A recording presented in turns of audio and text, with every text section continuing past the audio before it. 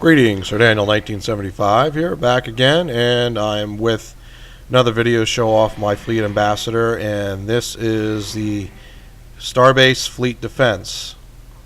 I don't normally show off a fleet action, but I thought that would be a nice little thing to do. And this is a pugged version, this isn't with fleet mates. Anywho, it's another good way to see the ship in action. There's a lot of enemies to go up against. Of course, you're sharing the responsibility with the other people that you're in team with. But anyway, it's still quite a lot to do on your own.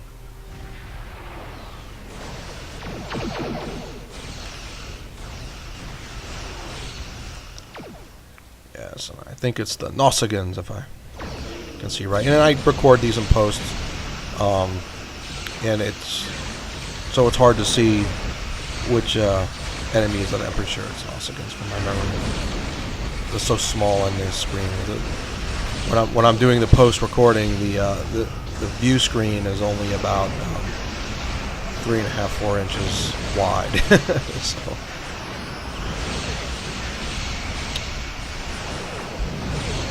Way. Basically, what I do when I run these fleet actions is I generally do mostly plain and simple tactical style combat.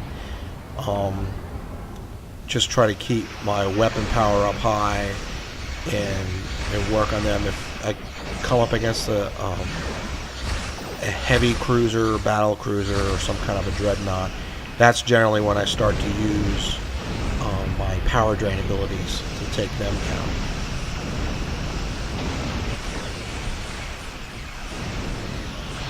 And as you see, somebody left the group. I don't know if the person had a disconnect or what.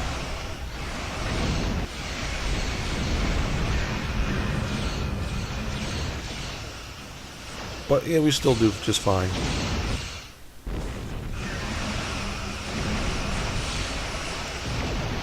And this will be the last video on this build, probably. Yeah, it will be. I'm not going to do any more videos on this build. And the next videos on the build will be when I got all the new gear and everything put together. I'm already starting to test it partially. I've swapped out my Polaron weaponry, and I'm using phaser weaponry right now. And I'm also went with one less dual beam bank and another beam array, but I'm starting to think I want to put another dual beam bank back in there. When I tested it, it was lacking a lot of punch. So I'll probably throw in another dual beam bank with this character on the ship.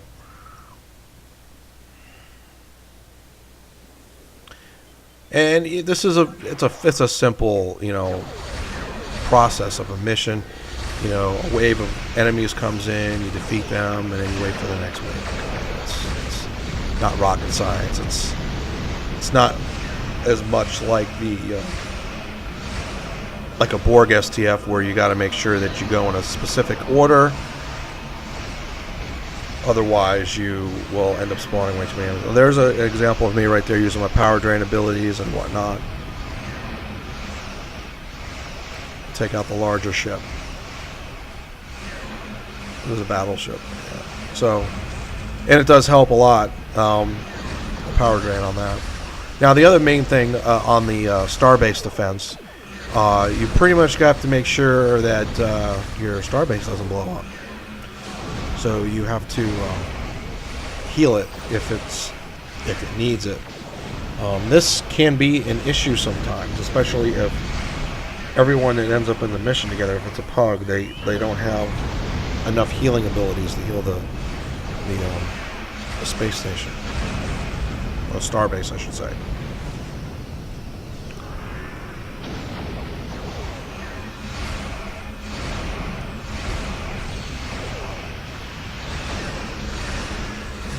and even with dual beambanks in the 4, there's still quite a bit of an arc on those weapons.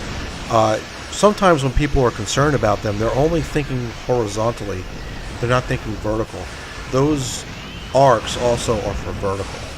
So you do get quite a bit of a firing arc on a dual beambank.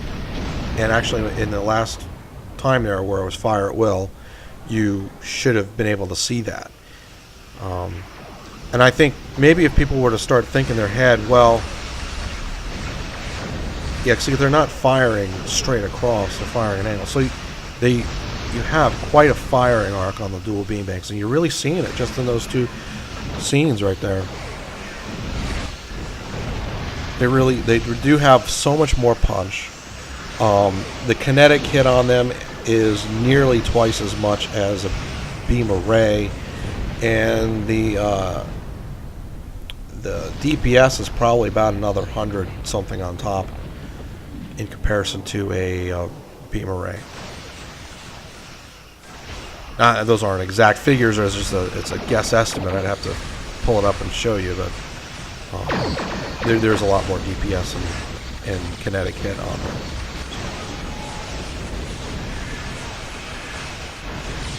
And I'm running my rotate shield polarity ability quite a lot, as you see. It helps keep the shields up.